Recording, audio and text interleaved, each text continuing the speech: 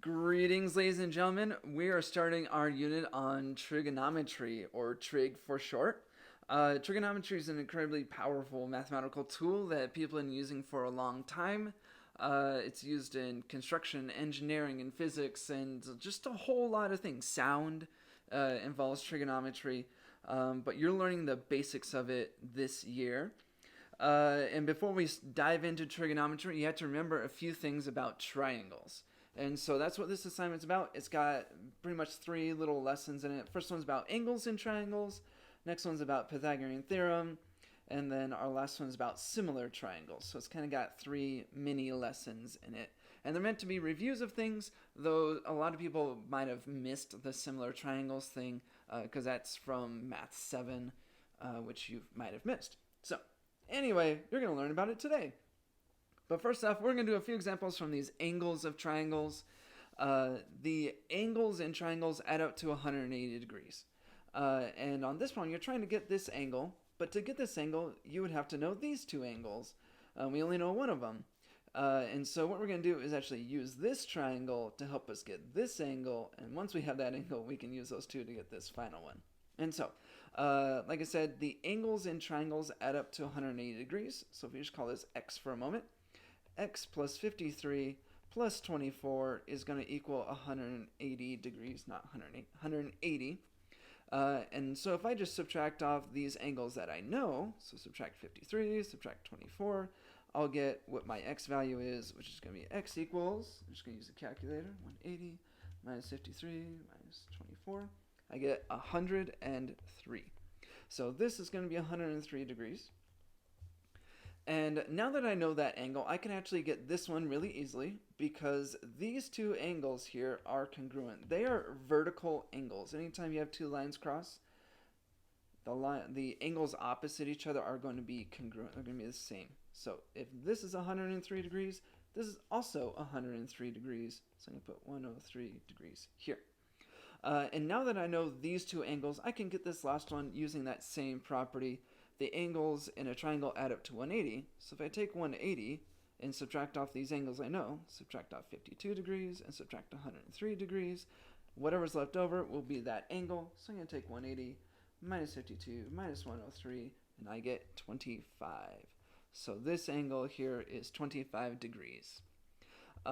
There's another example I want to run through pretty quickly here because it does bring in another important property about angles. Again, I'm trying to get this, but I can't get that unless I have this angle, and I can't get that angle unless I have this angle. So I'm going to get this one first. Let's just call it x. And just like last time, x is equal to 180 minus these 2 angles that we know. So I can subtract 50 and subtract 70, and I'll get, hold on, minus 50 minus 70, and I get 60. So this is going to be 60 degrees here.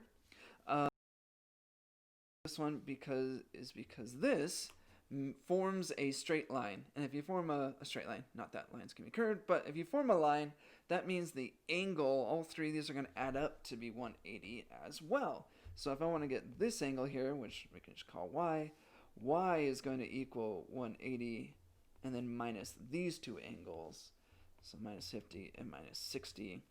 I'll get y is 80 minus 60 minus 50, 70 degrees. So now that I have that, I have these 2 angles, and I can use the fact that the angles in a triangle add up to 180 to get my question mark. So question mark is going to be 180 minus 80 minus 70, which I believe is 30, but I'm going to double check it. 180 minus 80 minus 70. Yeah, it's 30. So it's 30 degrees. Voila, we got it. Okay, so remember, angles in a triangle add up to 180, and you can use that to find missing angles that you don't have. Moving on to lesson 2, which I really should have labeled here, lesson 2. Anyway, is the Pythagorean Theorem. If you have a right triangle, meaning one of the angles is a right angle, that means it's 90 degrees, then the sides have this particular property. The 2 short sides, if you square their lengths and add them up, that's going to be equal to the longest side length, the hypotenuse, squared. Remember, the hypotenuse is a straight across from the right angle, it's the longest side. And so you can use this Pythagorean theorem to find missing side lengths. So it's usually a thing that people have remembered. I do want your answers in the simplest radical form, though you could eventually get a decimal approximation. So we're going to use that to find missing things. So if I wanted to find this value here, I would know that x squared is equal to these two squared and add it up. So it'd be the square root of 11 squared plus the square root of 14 squared, which is going to come out to be 11 plus 14, which is 25. And that's x squared, but I don't want x squared, I want x, so I'm going to square root it, and I got x is 5.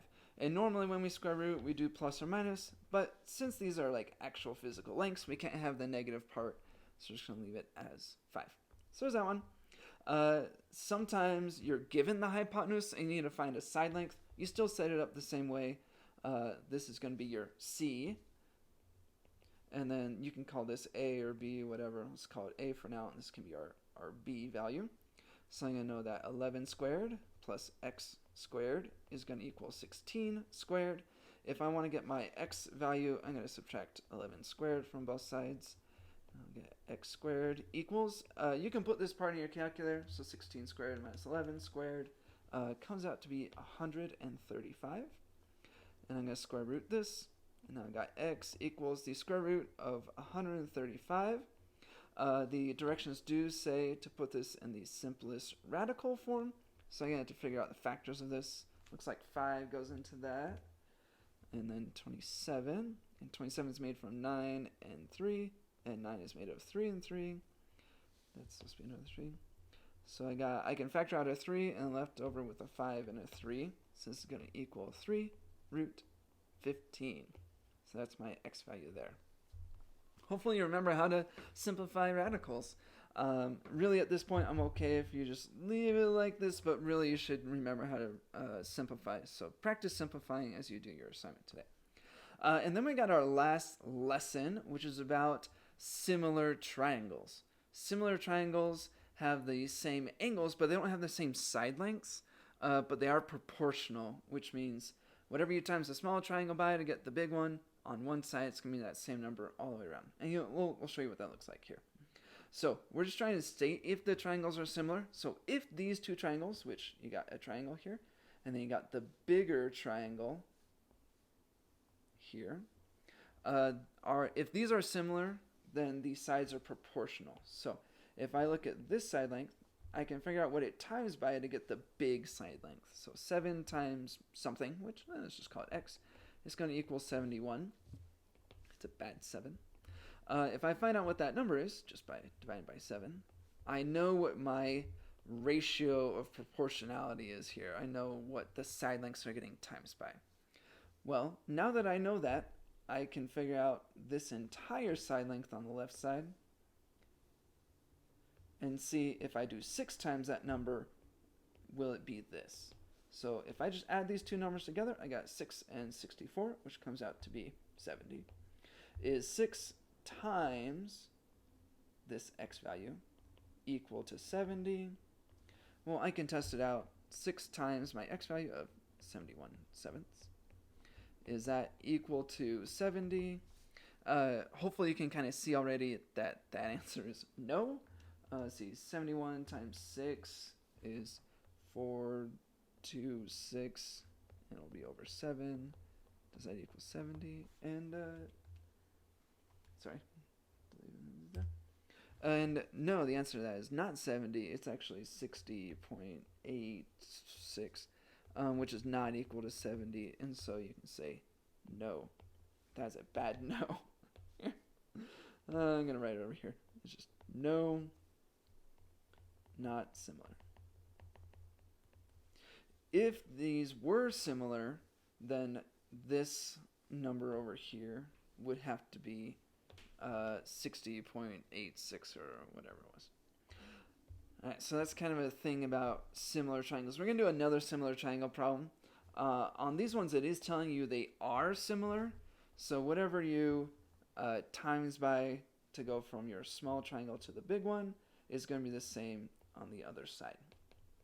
And so if this triangle is similar to this one, then 3 times something is going to give you 81, and then question mark times that same thing is going to give you 120. So we can figure out what that is. 35 times something is 84. And I can find out what that number is by dividing by 35. Let's see, x equals that. I believe that does not simplify. Oh, it does, a little bit. Yeah, that comes out to be 12 fifths. Both those are divisible by 7. So that's my ratio of proportionality. Question mark times x is going to equal 120. So I know what my x value is. That's just going to be inserted there. So question mark times 12 fifths is going to equal 120. And I just need to divide by 12 fifths, which is the same thing as timesing by 5 twelfths. So I times both sides by 5 twelfths. And I'll get my question mark is 120 times 5 twelfths, which comes out to be 50. If you're not quite sure, you just put that whole thing in the calculator. 120 times 5 divided by 12, and voila, you get 50. So there's my question mark value. So that's the thing about similar triangles. Whatever you times the smaller triangle by to get the big one, all the sides have to have that same number it's timesing by. And so there you go. This kind of overview of a bunch of triangle things you'll need to remember as we start our trig unit.